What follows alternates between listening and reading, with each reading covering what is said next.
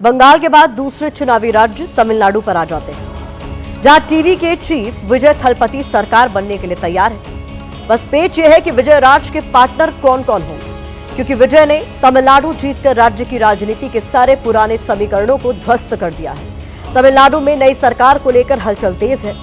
आज से यहां से 3 बड़ी खबरें सामने आई हैं। एक्टर से नेता बने विजय थलपति ने राज्यपाल से मिलकर सरकार बनाने का दावा पेश किया है।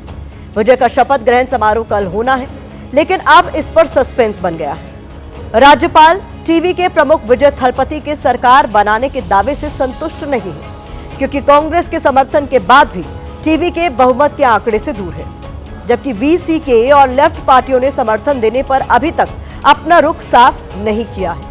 हालांकि कांग्रेस ने विजय की पार्टी टीवीके को सशर्त समर्थन देने का फैसला किया है। कांग्रेस ने समर्थन देते हुए 2 मंत्री पद की मांग की है। आज विजय से कांग्रेस के विधायकों ने मुलाकात भी की। बड़ी खबर इस बीच ये भी है कि एआईएडीएमके में टूट हो सकती है और एक धड़ा विजय के साथ जा सकता है, जबकि दूसरा धड़ा टीवीके को समर्थन देने के खिलाफ है। यानी एआईएडीएमके समर्थन पर बटी हुई नजर आ रही है। विजय की पार्टी ने 108 सीटें जीती है। हालांकि इसमें बहुमत के 118 वाले आंकड़े से 10 सीटें कम है। बहुमत के 118 वाले आंकड़े से 10 सीटें पीछे रह गई।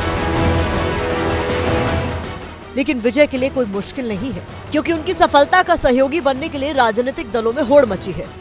जो कांग्रेस डीएमके के साथ चुनाव से पहले गठबंधन में थी, वो नतीजों के बाद विजय के साथ पाला बदलने जा रही है। कांग्रेस ने टीवीके को सशर्त समर्थन देने का फैसला किया है। कांग्रेस की मांग है कि नई सरकार में उसके 2 मंत्री बनाए जाएं। The people of Tamil Nadu have voted for change. People of Tamil Nadu want a formation to be headed by the TVK. And it's now incumbent upon the TVK to put together a workable majority. इस बीच आज तमिलनाडु कांग्रेस अध्यक्ष और विधायकों ने चेन्नई में TVK headquarter जाकर विजय थलपति से मुलाकात की। ये मुलाकात इस बात की गवाही है कि कांग्रेस का हाथ अब टीवीके के साथ है। नहीं, ये अच्छा फैसला है और ये शायद चुनाव से पहले हो गया रहता तो वहाँ 50-60 कांग्रेस के एमएलए आज होते। तमिलनाडु में टीवीके के पास 108 सीटें हैं, लेकिन वो बहुमत के आंकड़े 118 से दूर है। अब 5 कांग्रेस विधायकों के समर्थन से यह आंकड़ा 113 हो गया है। हालांकि बहुमत के आंकड़े से अब भी टीवीके 4 कदम दूर है। अगर सीपीआई, सीपीआईएम के 2-2, आईयूएमएल के 2, वीसीके के 2 और डीएमडीके के 1 विधायक साथ आ जाएं, तो ये संख्या 122 तक पहुंच जाएगी, यानी बहुमत से 4 ज्यादा। इस बीच सूत्र कह रहे हैं कि विजय एआईएडीएमके नेताओं के संपर्क में है और एआईएडीएमके टीवीके को बाहर से समर्थन दे सकती है। एआईएडीएमके के पास अभी 47 विधायक हैं। हालांकि विजय ने तमिल राजनीति में जो धमाकेदार एंट्री की है, उसने राज्य के सियासी समीकरणों को हिला दिया है। एआईएडीएमके पर टूट का खतरा मंडरा रहा है। एआईएडीएमके का एक धड़ा विजय को समर्थन देने पर अड़ा है। अगर एआईएडीएमके जल्द इस पर फैसला नहीं लेती तो 30 से ज्यादा विधायकों के टूटकर विजय के साथ जाने के आसार है। सूत्रों के मुताबिक इस बगावत का नेतृत्व सीवी षणमुगम कर रहे हैं। मतलब विजय के पास समर्थन देने वालों की कमी नहीं, लेकिन विजय से नई दोस्ती के चक्कर में कांग्रेस के पुराने सहयोगियों के साथ सियासी दुश्मनी की आशंका बढ़ गई है। I think this is a very short-sighted, myopic stand taken by the Congress, which they will regret. This decision by the Congress, it has made them a very unstable partner.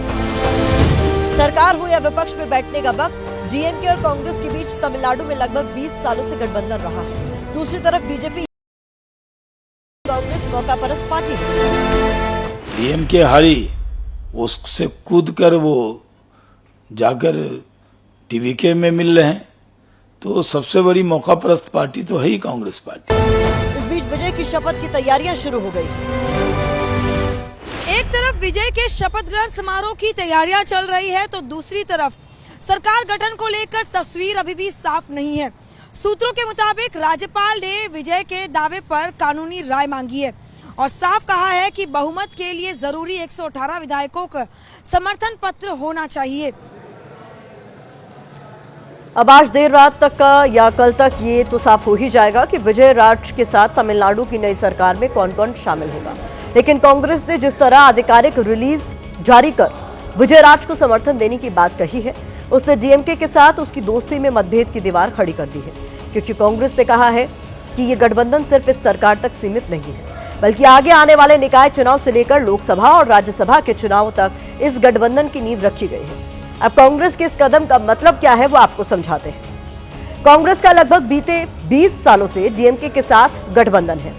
Congress DMK के साथ मिलकर विधानसभा और लोकसभा के चुनाव लड़ती रही है। DMK Modi विरोध में बने इंडिया अलायंस की एक प्रमुख सहयोगी पार्टी है।